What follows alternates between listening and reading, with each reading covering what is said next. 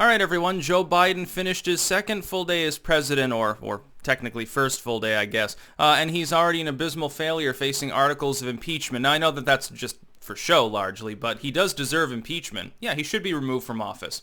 Look at the number of mistakes that he's made just in his first 2 fucking days. And by the way, I told you so to all the people that voted for Biden, told me, oh no, he's progressive or something. We're going to drag him to the left. Prepare for brunch, fucking anti-SJW leftists. It's going to be fun to see you cry. I was right about Trump, not being God, Emperor, hyper-nationalist, and instead being a populist reformer.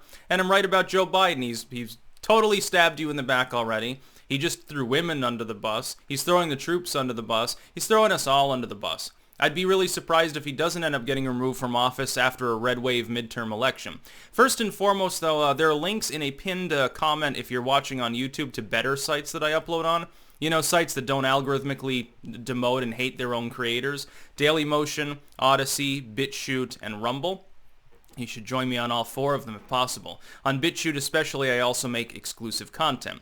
That being said, first you got hashtag Bidenerasedwomen yesterday because of the trans sports thing. I happen to concur with them. I end up finding myself having to side with a bunch of fucking rad femmes. You are correct. There is a biological difference in muscle mass as a general aggregate, and we're not talking about individual scenarios, and this is the problem.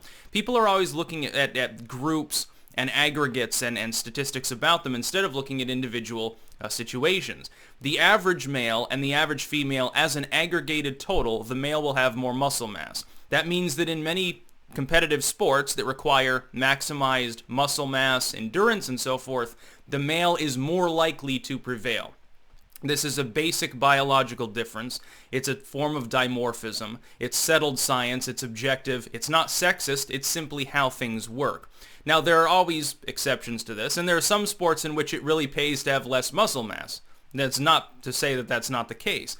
Joe Biden, though, in his first few days, he's facing a recession. He's facing all sorts of fucking problems, a pandemic and everything else, and what does he choose to focus on? Women's sports teams. God damn, what a fucking blindside for his stupid fans. I gotta laugh at them, because they were warned.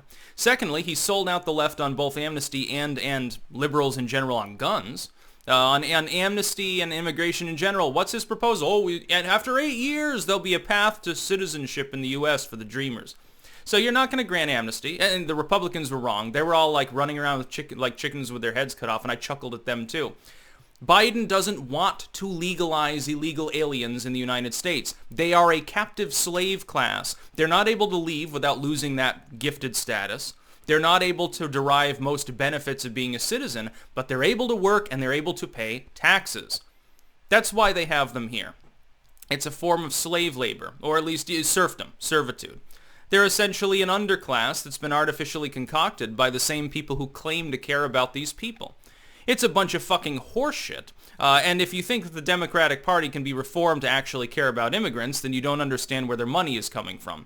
I thought it was funny yesterday when they're saying, well, a lot of the top PAC donors to Republicans have shoved out all of the insurrection-loving Republicans. So they're not taking as much big bankster money? How does that hurt them? Oh, you mean fewer billionaires are funding Josh Hawley and Ted Cruz? Maybe they'll be more honest. Maybe they'll even be worth voting for now, because most of the losers at the moment definitely aren't. What about guns? Before he even got before he even takes the oath of office, he does almost a 180. He had been saying, well, we're going to get those AR-15s off the street. Now it's, we're going to have a tax on them. One that won't stick, by the way. It would violate equal protection and the Second Amendment, so it's not going to happen. It's just him posturing. He's a fucking loser. He's already a failed president, and he hasn't even been in office for a full fucking week. He's facing literal impeachment. Then you have the Capitol troops there. Did you see that? Were several thousand troops that were guarding the Capitol after the inauguration. Bye. Go sit in the parking garage, cuck. And by the way, people aren't putting 2 and 2 together. Joe Biden is now the commander-in-chief of the U.S. military.